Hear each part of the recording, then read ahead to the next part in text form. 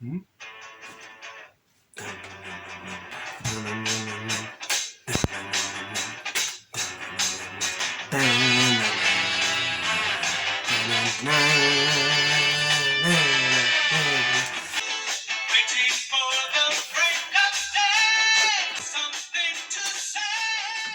E aí, de buena, meu nome é Leonardo e você está na Batmatrix. Nesse vídeo eu vou fazer uma reação e dar a minha opinião do vídeo de crítica do PH Santos, do filme The Flash.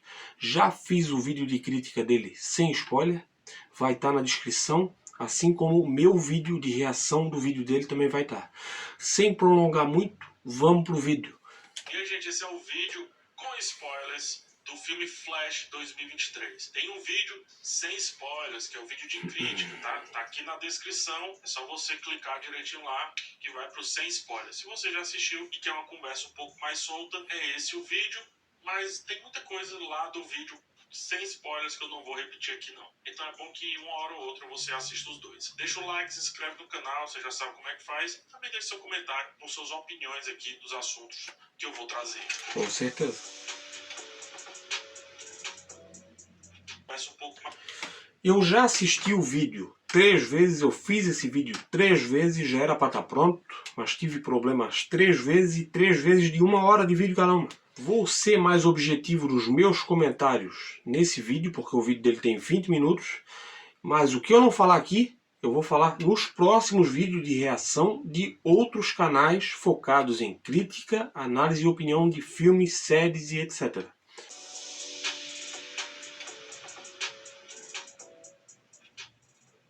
Primeira coisa que eu quero comentar, né, é o Batman, a volta do Batman, o Batman de 1989, o Batman do Michael Keaton. É muito legal analisar a carreira do Michael Keaton, porque no Birdman, né, meio que ele já havia feito uma homenagem à própria carreira, havia sido feito, melhor dizendo, uma homenagem à própria carreira dele, e aí ele volta como Abutre, né, lá do Homem-Aranha, e agora finalmente como o Batman que, sejamos honestos, assim, vendo tanto o Batman do George Clooney, tanto depois o do Val Kilmer, era o Batman que deveria ter ficado aí por mais tempo, certeza. né? Isso eu tô falando lá nos primeiros filmes do Homem-Morcego. De certa forma, é muito nostálgico. Nesses filmes de hoje em dia, seja Flash, seja o que for, estão usando muito nostalgia. Porque eu acho que captura várias idades. Nostalgia é um negócio engraçado. Porque ela serve a quem viveu e a quem não viveu. A quem viveu, dá aquele sentimento, naquela melancolia do bem, aquele sentimento de que há ali um rosto familiar, por mais que às vezes você nem saiba qual é o nome da pessoa, digamos assim, mas esse é o tom da nostalgia que rapidamente o Batman traz. Eu acho que mais do que isso, e nesse ponto é o lado que eu mais gosto dessa volta do Batman do Michael Keaton, tá? Que é uma leve referência ao estilo de herói que existe no Reino do Amanhã. Reino do Amanhã, pra mim, Gostei do retorno do Michael Keaton. Podia ser melhor algumas coisas, podia ter um pouquinho mais de estratégia na invasão da base lá onde a cara estava escondida. E foi muito bom, cara. Eu quero um filme do Batman do Michael Keaton. Como é que vai encaixar? Se vai encaixar no DCU? Eu já tinha mais opiniões sobre isso, mas não vou alongar muito aqui. Queria um filme dele, dá para encaixar com o novo DCU, e é isso aí. Daí ele cita o Reino do Amanhã, que se encaixa nessa parada de trazer o Batman do Michael Keaton.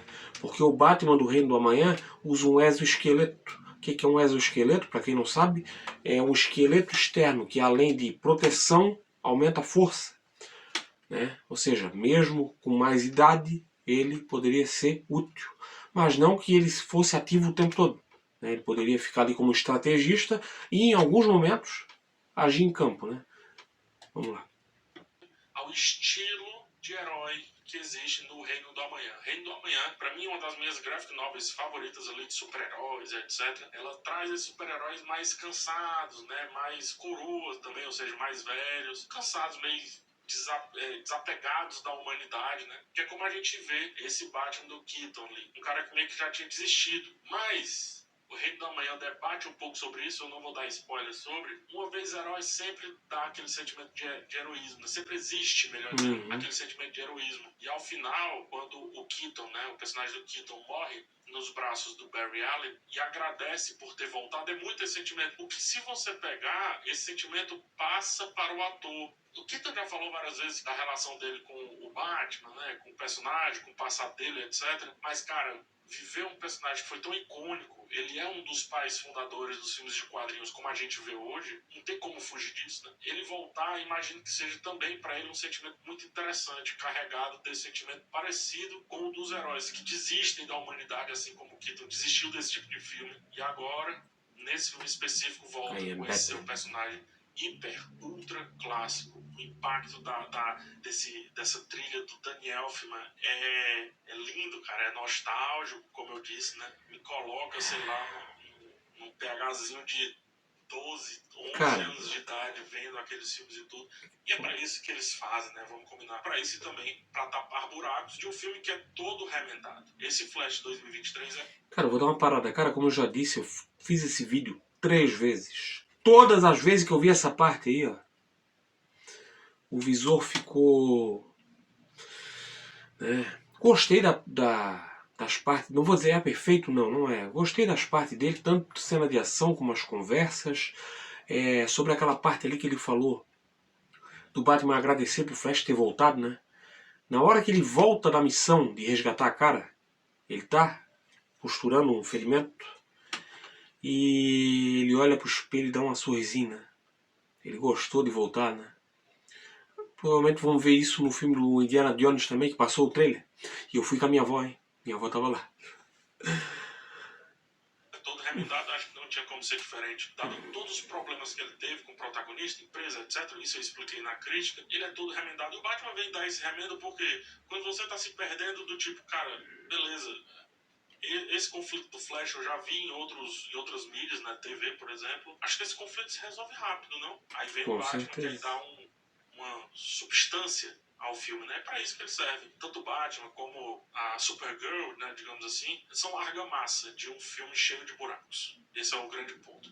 Como eu disse, é um filme muito desorganizado que demora a se organizar, mas se organiza. E parte disso, quando ele se reorganiza, é quando justamente saem, né, tanto Batman, etc. Mas daqui a pouco eu posso até falar um pouco mais sobre isso, tá? É tão latente, eu não diria nem latente, é visual, visível mesmo, é sensível mesmo, que o Batman traz outro filme pra dentro do filme que o filme se torna sombrio, né? Obviamente para referenciar ali o Homem Morcego, mas se a gente levar em consideração que ainda estamos no filme do Flash, não fazia sentido ele ser tão sombrio assim. Acaba sendo também, dando um passinho atrás nessa discussão que a gente está tendo, acaba sendo também uma ideia de tentar criar esse símbolo Robert Downey Jr., não sei se vocês sentem.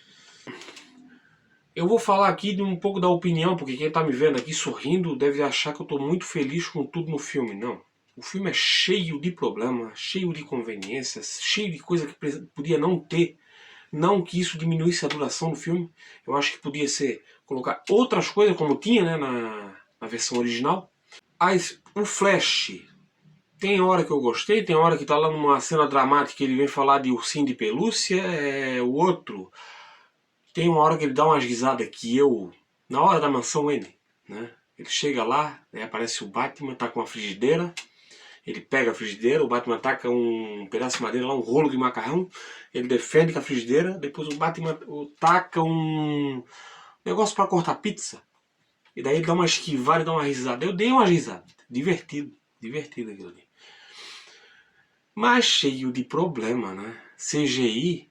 terrível, horroroso CGI, meu Deus, muitos momentos. Tem uma ideia de tentar criar esse símbolo Robert Downey Jr., não sei se vocês sentem, dentro do universo da Marvel, só que aqui, né, nesse universo moribundo, né, da DC, moribundo no sentido de que haverá um novo caminho aí com o James Gunn, né? Então é como se o Keaton tivesse um quê ali de Homem de Ferro para com relação ao Homem-Aranha, e o Homem-Aranha seja um pouco Flash aqui, né, até em estilo e etc. Se a gente olhar para a história como um todo, é legal quando o Batman vem, mas fica muito ali na zoada do arranque. Serve a história para tapar esses buracos, é mais como um ponto e vírgula do que pontos finais. E depois ele vai embora e deixa ali um pedacinho, mas quando o Flash, o filme se encontra, ele não precisa mais de nada disso. Ele nunca precisou, só que a história era muito pequena, a história que eles conseguiram construir era muito curta, e aí essa galera veio para ajudar essa história a aparecer. Inclusive a Supergirl, que tem... Olha, como filme, talvez não precisasse, nem de Batman, nem de Supergirl. Mas, como filme, olhando isoladamente, como filme, Mas para atrair gente para ir no cinema, precisava de reforço. Só o Flash não ia atrair. Esse Flash não. Talvez provavelmente uma versão melhor do Flash atrairia. E era para ser o Batman, ele falou do negócio do Batman ser o Robert Downey Jr. da DC. Era para ser ele para assumir o Batman, né? Mas daí mudou tudo, mudou o dono, mudou o James Gunn, assumiu o controle. E James Gunn tem que ter alguém para segurar ele, hein?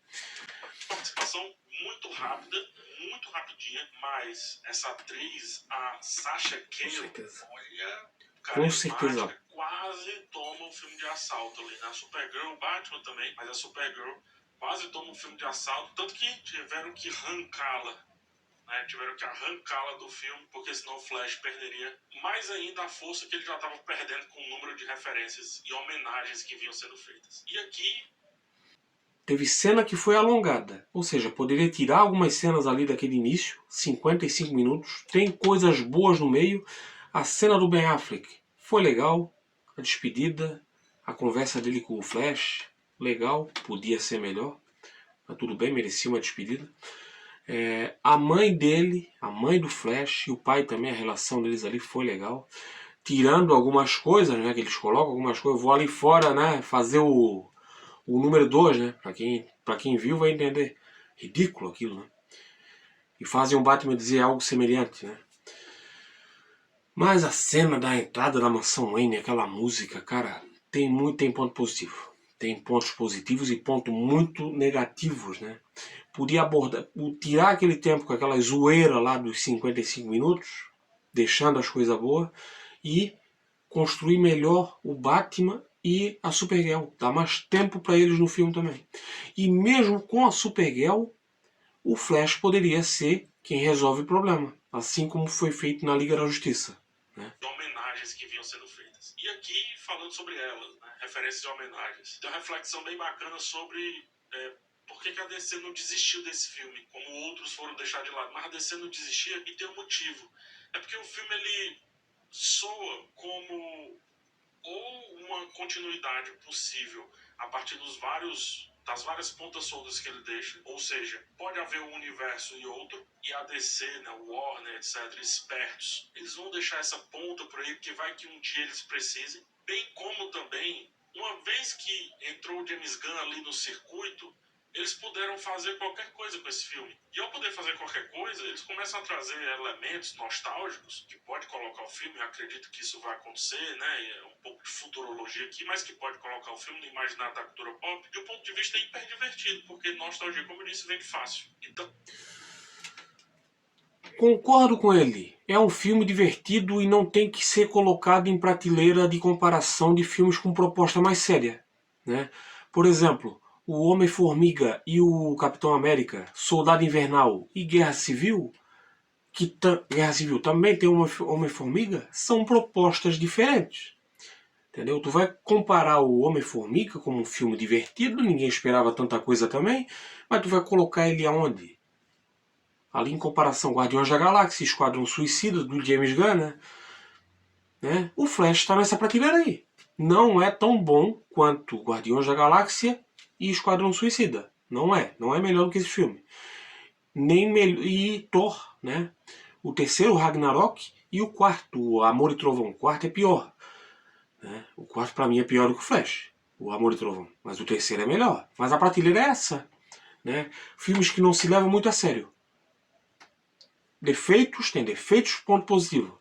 Se tu for ver uma crítica e uma pessoa está dizendo que é muito bom, ou perfeito, ou nota 10, ou ao contrário, que nada presta, né? Que tudo é ruim, a pessoa não gostou de algumas coisas e isso afetou até o que foi bom. Eu já vi casos aí. Então, eu não dou credibilidade para essas críticas. Agora, teve gente que não gostou e apontou os pontos positivos e gente que gostou que apontou o negativo. Né? Normal, né? Tipo PH, assim. O PH é um dos melhores críticos brasileiros. Né?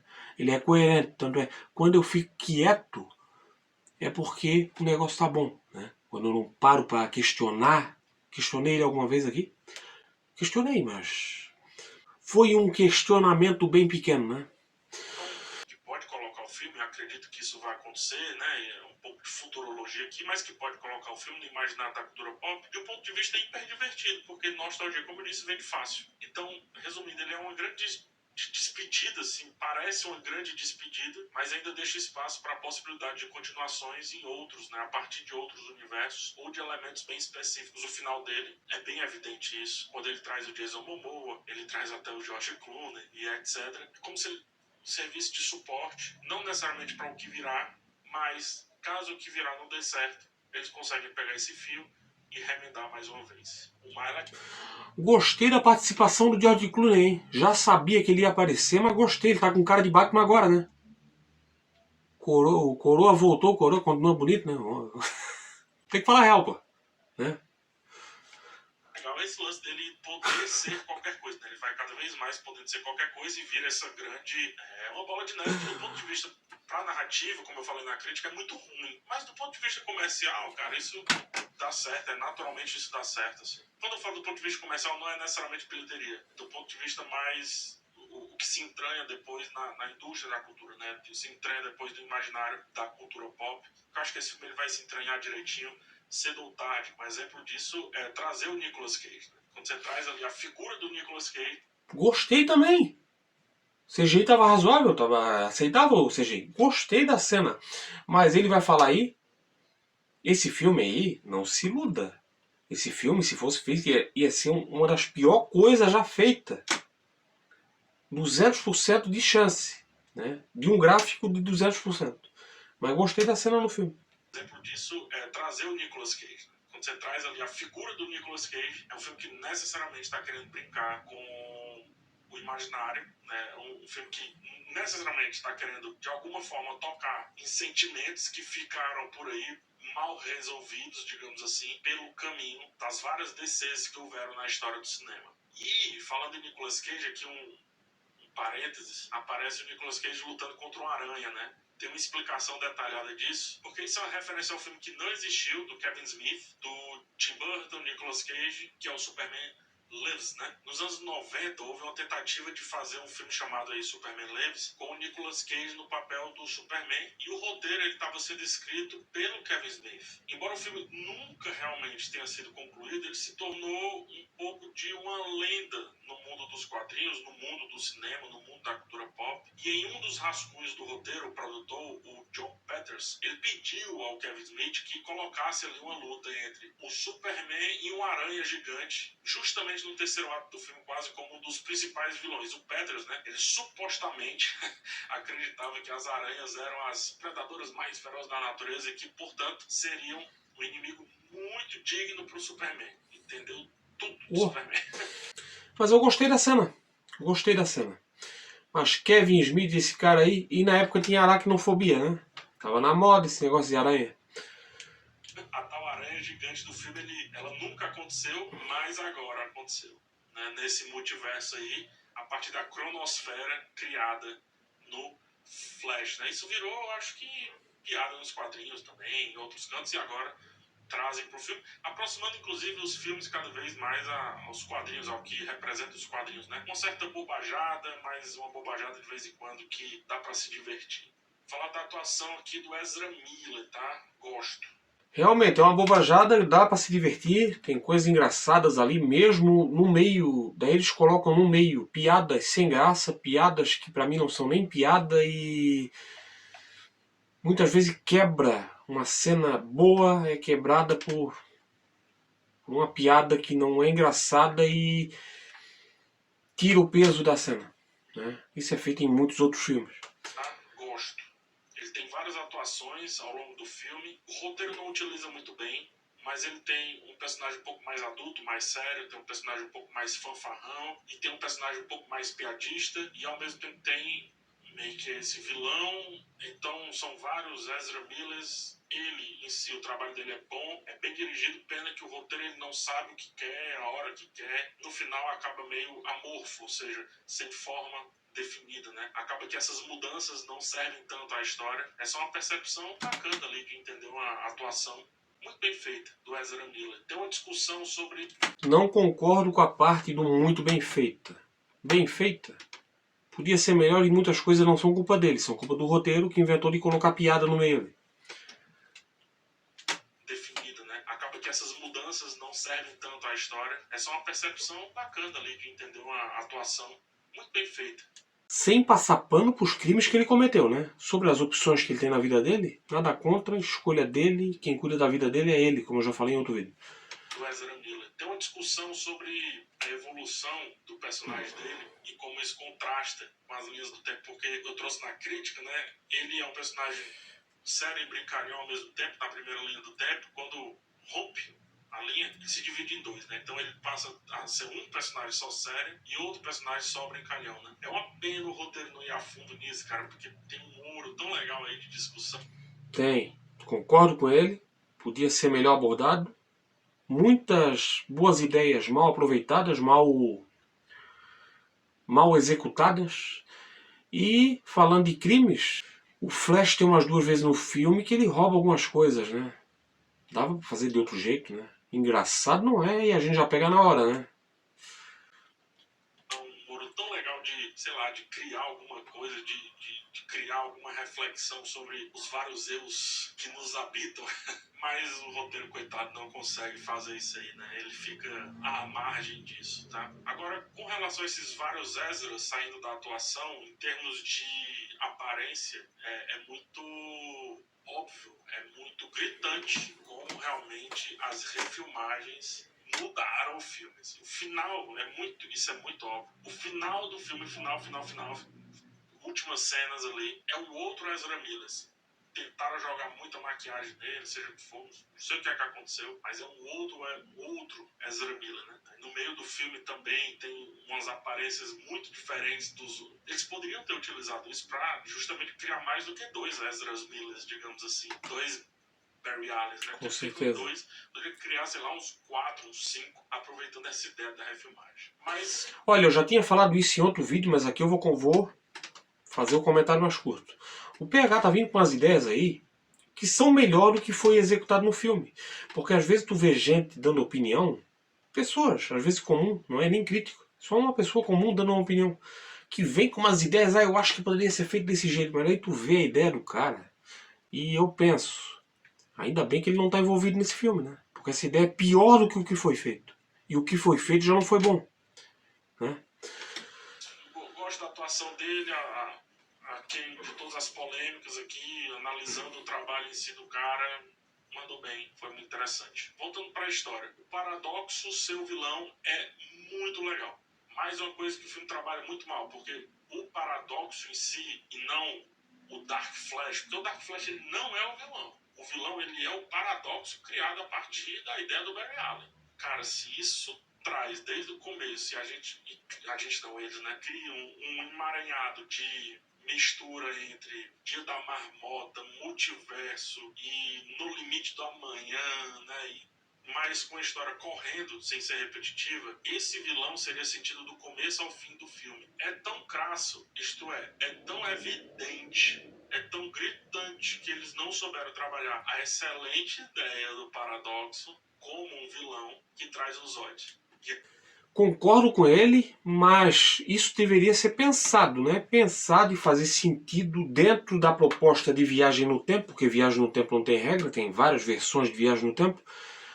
Fazer sentido dentro da proposta, mas talvez, como ele vai falar um pouco mais para frente, essa ideia do paradoxo foi inventada só depois, né? Por causa das mudanças no final do filme. Que eles não souberam trabalhar a excelente ideia do paradoxo como um vilão que traz o Zod. E aí o Zod vem ser a personificação, né? Ou seja, aquele vilão que você dá um murro nele. Será que precisava, cara, se eles tivessem tratado realmente o tempo como vilão, as mudanças no tempo, as consequências do tempo como vilão? Não sei se a gente precisaria desse Zod aí, não sei mesmo. Não sei mesmo. Eu acho muito inteligente a ideia do paradoxo ali no terceiro ato sendo esse vilão.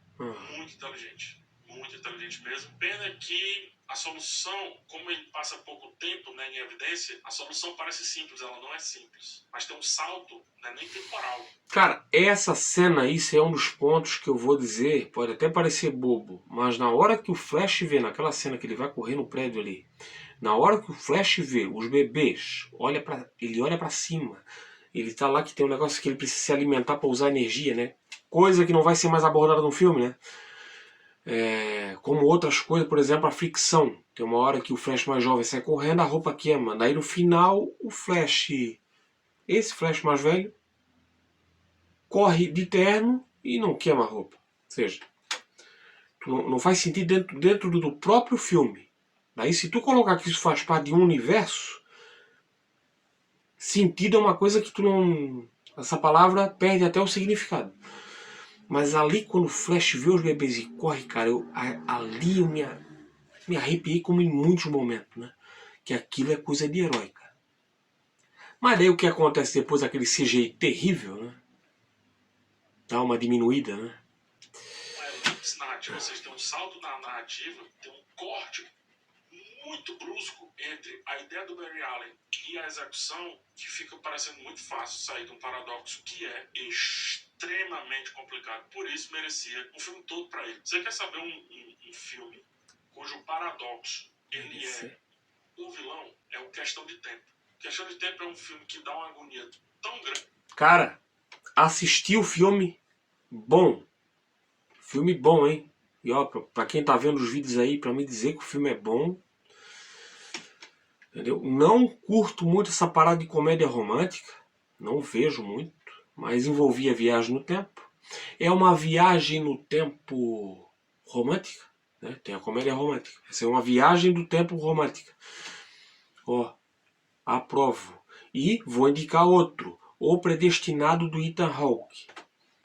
Uma viagem no tempo muito louca, parece que não faz sentido nenhum, mas se tu para pra pensar, ela faz. E é um negócio que vai fazer o teu cérebro trabalhar. Isso é bom, né?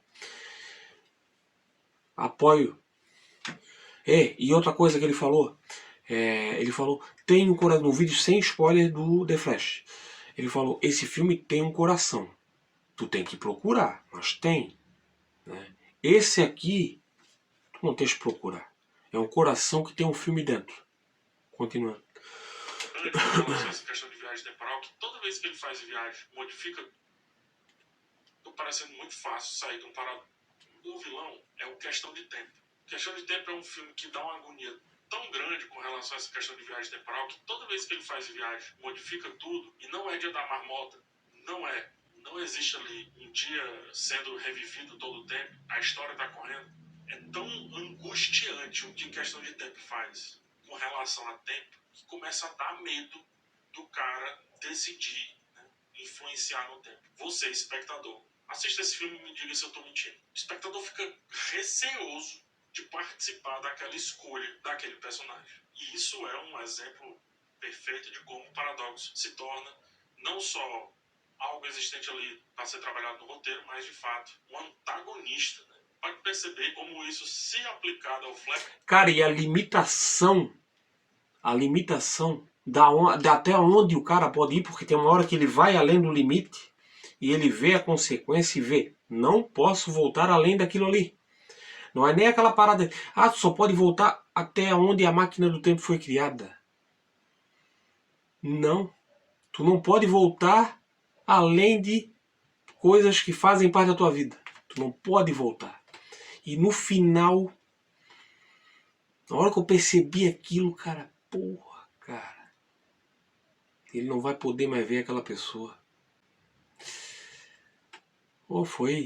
Cara, vale a pena, hein, cara, vale a pena. Já que usou tantos clichês, esse é um clichê tão pouco utilizado. Se utilizasse esse, cara, seria tão legal. Mas enfim, Cronosfera e o Multiverso, falando sobre isso, né? Pra finalizar aqui, acho que tem dois assuntos antes de finalizar, mas falando de Cronosfera... Cara, ele vai explicar bastante a Cronosfera aí, o negócio do... O que eu tenho que falar da Cronosfera? Boa ideia, concordo com o que ele vai falar, que ela não precisava ser mostrada o tempo todo. Pelo que ele vai falar, a Cronosfera foi uma ideia criada depois na refilmagem, para resolver alguns problemas aí. O CGI da Cronosfera é horripilante, terrível, PlayStation 1, não é 2 não, né? PlayStation 1 no final da geração. Continuando. Inteligente, eles deixaram o multiverso criado, porém solto, Rapidinho, a cronosfera em si é um elemento muito fácil de resolução de um filme que não tinha final. Eles não sabiam o que fazer com o filme. A cronosfera é um elemento, né? Aquele cenário, digamos assim, todo em CGI, é um elemento óbvio que eles criaram muito depois para que qualquer coisa fosse feita ali, porque eles de fato não tinham um final. Não existia o final desse filme. Não existia o final desse filme. Inclusive tinha dois finais, para além desse lance da cronosfera, tá? Tinha o final Michael Keaton e tinha o final George Clooney. Michael Keaton filmou mais cenas, né? E o George Clooney... Olha, vou falar aí, né? Porque tem coisa que é melhor tirar, né? Assim como eu tenho uma opinião de quem... Às vezes tem coisas em filme que se tu não tem tecnologia para fazer, faz de outro jeito. Podia ser feito isso lá nos Batmans do 89 e 92, né? O Batman, o filme, e Batman o Retorno, né? Tinha cenas que não precisava fazer daquele jeito.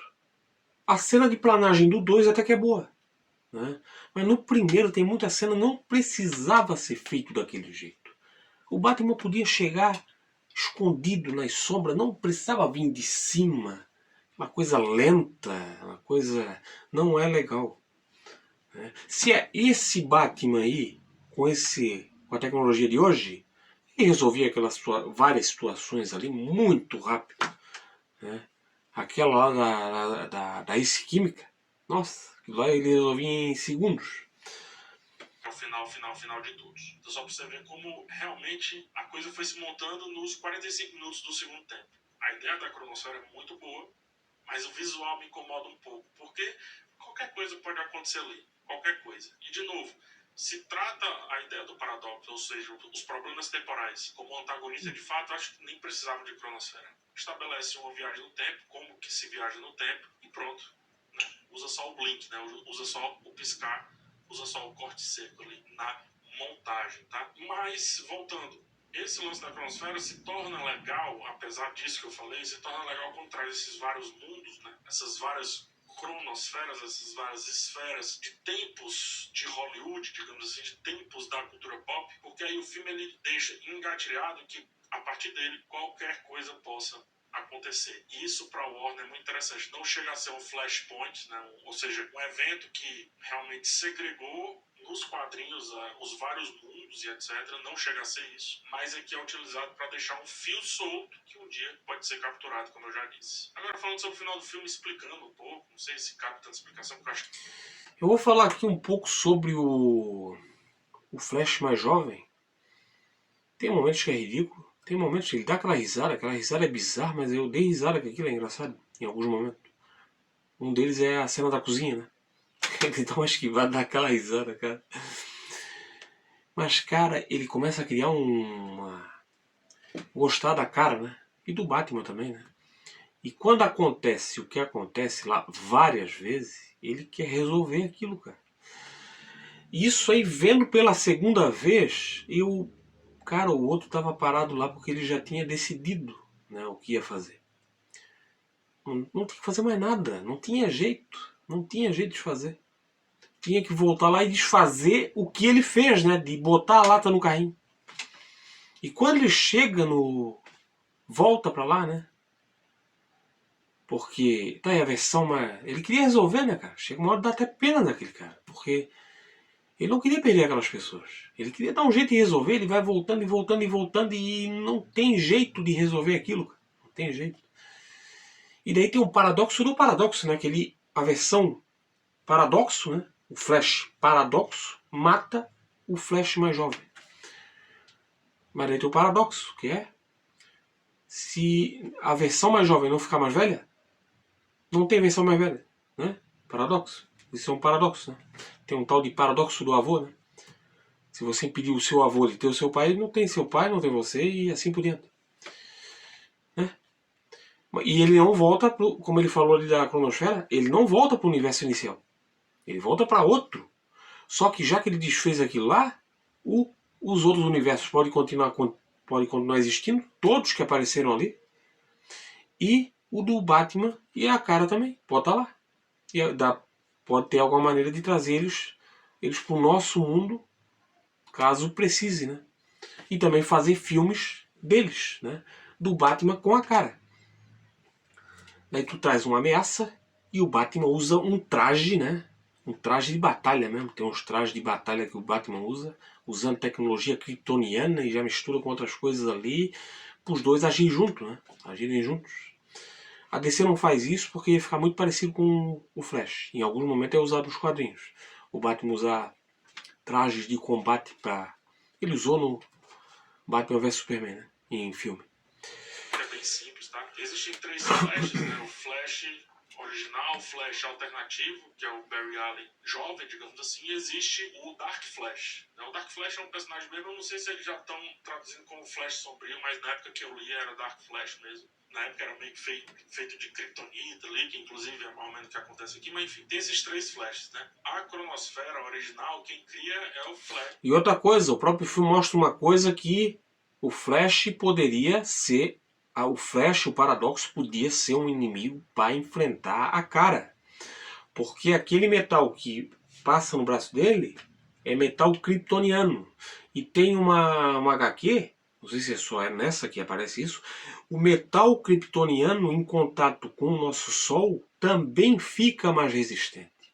Por isso que o Zod usa ele contra a cara e o Flash Reverso usa contra a Faora, né? Original. E aí o Dark Flash expulsa ele dessa cronosfera. Aí o Flash alternativo começa junto com o Flash original criar uma nova cronosfera ali naquela linha do Batman de 89, digamos assim. Só que perceba, quando o Flash original sai da cronosfera, decide executar a tarefa dele, que é manter a mãe morta nesse caso, ele não sai necessariamente da cronosfera dele ou do alternativo. Ele sai da cronosfera do sombrio, tanto que foi feito um buraco ali, né? E o sombrio ele já criou uma cronosfera ali. Ou seja, o evento inabalável de fato era o original, mas o original jamais volta lá para o universo original primeiro que a gente havia visto. Né? Por isso que é o George Clooney que aparece no final. E o George Clooney aparecendo no final eu acho bem interessante por 2 motivos. Porque ele tem um carro muito parecido com o Bruce Wayne do Ben Affleck, que é mostrado... Cara, eu nunca tinha reparado, olha essa cena ali, cara. O que parece aquilo ali com aquelas portas abertas? Ali numa propaganda descarada pro veículo ali. Olha lá o que parece. Um morcego com asas abertas. Pro filme. E eu acho, eu tava debatendo isso com alguns amigos, eu acho que a linha de atuação do George Clooney enquanto Bruce Wayne é muito mais parecida com a linha de atuação do Bruce Wayne do Ben Affleck. Eu acho eles muito parecidos. Explico. O Michael Keaton, né, falando de uma maneira bem grosso modo e bem rápido, o Michael Keaton é o Batman. Enquanto Bruce Wayne ele tá pensando no Batman. Enquanto o Batman ele tá pensando no Batman. Ele é o Batman. Ele é o heroísmo do Batman e a vingança e a revolta e aquele negócio. Quando o Clooney, cabecinha balançando, vem, o Clooney ele traz consigo um Batman um pouco mais altruísta, mais filantropo. Né? Um Bruce Wayne, melhor dizendo, mais filantropo. Que se não, cara, mostra a foto dele, velho. Ele tá com cara de Batman agora. Ele não tava com cara de Batman lá. Ele era famoso na época, né? Ele tá com cara de Batman agora. Batman velho Clooney. Culpa com o Batman, mas permite que outros estejam próximos ao Batman, que tem mais relações, cria relações. O Keaton, o Batman do Keaton, ele cria uma relação ali com a Mulher Gato, né, com a Selina Kyle, que é uma relação que se perde. O do Clooney não, a relação dele, ele até é mais amorosa e tudo, né? E eu acredito, como ele é esse cara mais filantropo, e o Batman do Ben Affleck também é esse cara mais filantropo, porque ele entra na jogada, porque ele vê as pessoas morrerem ali e tudo mais, né? Por isso que eu acho que eles são parecidos. Só que o do Clooney, ele perde as pessoas. A gente não vê isso, mas ele perde essas pessoas que ele deixou vir pra perto. Eu acho que se a gente olhasse assim para a timeline do Batman do Clooney, descambaria fatalmente no Batman do Ben Affleck. Então por isso que é interessante, curioso e dá para discutir, dá para debater essa utilização do George Clooney e não do Michael Keaton. Porque se a gente está falando que é um terceiro universo, porém é um terceiro universo parecidinho com o universo principal, o universo primeiro, fica legal essa referência do Clooney ser um Batman mais Affleck do que mais Michael Keaton ou mais Val Kilmer. Inclusive... Olha, às vezes a minha mente funciona muito bem, mas tem momentos que ela não... Agora eu peguei. o final do filme original eu acho que não se passaria no mundo do Batman do Michael Keaton e da cara. Passaria num mundo onde o Flash ia resolver o problema, quer dizer, resolver parcialmente, né? Que a partir do momento que tu mexeu ali, as coisas não vão voltar ao que elas eram, mudanças vão acontecer. O pai dele ser libertado é algo que pode gerar um efeito borboleta dali para frente, porque seguindo a linha original era para ele estar preso, não solto, né? Já que o Flash mudou o negócio lá para aparecer o rosto dele, pode acontecer um efeito borboleta dali para frente, da libertação dele, né? A cena do Batman no Michael Keaton da cara é para acontecer nesse retorno. Acho que é isso, né? Talvez seja. Merecia, ou melhor, ele merecia, né? Ter tido ali uma homenagem ao Val Kilmer, assim como também outros personagens já que tantos Merecia. foram trazidos até aqui. Não sei se ficou claro. Merecia uma homenagem. Teve uma homenagem no Top Gun, né? Merecia. E o filme deles, já que o PH citou ali a semelhança do Batman do George Clooney e do Batman Ben Affleck, o início, algumas coisas do filme do Val Kilmer tem semelhança com coisas do Batman vs Superman, né? Com a apresentação do Batman ali, do Ben Affleck. Claro pra você, isso porque eu acho aquela escolha final uma escolha interessante. Mas é isso, já falei demais. Quem sabe um dia eu posso voltar a falar sobre esse filme. Depende muito de vocês, como vocês também vão receber esses vídeos. Comenta aqui embaixo, me diz aí outras questões. Fala o seguinte, manda perguntas, né? Não para quem não assistiu o filme, não é isso. Ah, acontece o que no filme? Não, não é isso que pergunta. Em relação ao que você gostaria de entender das minhas interpretações, deixa perguntas aqui, quem sabe um dia eu faço um Fala PH especial The Flash 2023, eu ia dizer Batman 2023, só pra você ver como o Batman quase rouba o filme. É isso, gente, a gente se vê numa próxima, tá? A gente se vê num próximo vídeo. Forte abraço em vocês e tchau. E tchau. E aí, eu concordo com ele ali, gostaria de ver ele falando mais sobre esse assunto, gostaria de trocar uma ideia com ele, né? Eu até tinha falado no último vídeo, eu e o PH trocando uma ideia, meu Deus, a gente começa na Terra, vai passar por Marte, quando vê, meia-noite, tá lá já em Andrômeda, falando lá de tudo que tiver que falar, né? De todas as versões alternativas, e vamos até, quem sabe, bolar uma viagem no tempo melhor do que a que foi abordada aqui, né? Gostei de alguns pontos do filme, achei muita coisa divertida, tem muitos pontos negativos, o CGI é terrível, em alguns momentos por causa das regravações e em outros não, a cena dos bebês provavelmente não foi regravada, já estava lá desde o início, né? Mas isso não é só culpa, tem a crise do CGI, né? O roteiro, né? Roteirista, mais um recadinho para roteirista, estão em greve, não tira a razão de vocês. Vocês acham que devem ganhar mais? Eu acho que devem ganhar mais. Tudo bem. Mas quando voltar, vou colocar o conteúdo para trabalhar, né? Criatividade, vão ter mais criatividade, né? Gostaria que o filme fosse melhor, mas acho que ele vai envelhecer bem. Tem que saber a prateleira que tu coloca ele. Não vai colocar em prateleira de filmes com proposta mais séria. Mesmo que ele faça de parte de um universo que tinha uma proposta um pouco mais séria, mesmo com as suas galhofas no meio ali, né? Do Snyder. Que eu gosto de coisas do Snyder, mas não elogio tudo, né? Não elogio tudo de ninguém, nem de mim. E é isso aí, esse foi o meu vídeo de reação com opinião da crítica do PH, que é um dos melhores críticos na minha opinião. Diz aí no comentário o que você achou, né? Compartilha, quem sabe chegar no PH, já pensou? PH vê o vídeo meu, deixar um comentário no meu vídeo. Porra. É isso aí, tenha um dia positivo, esse é o lema da Batmatrix. Valeu pela audiência, até o próximo vídeo e tchau.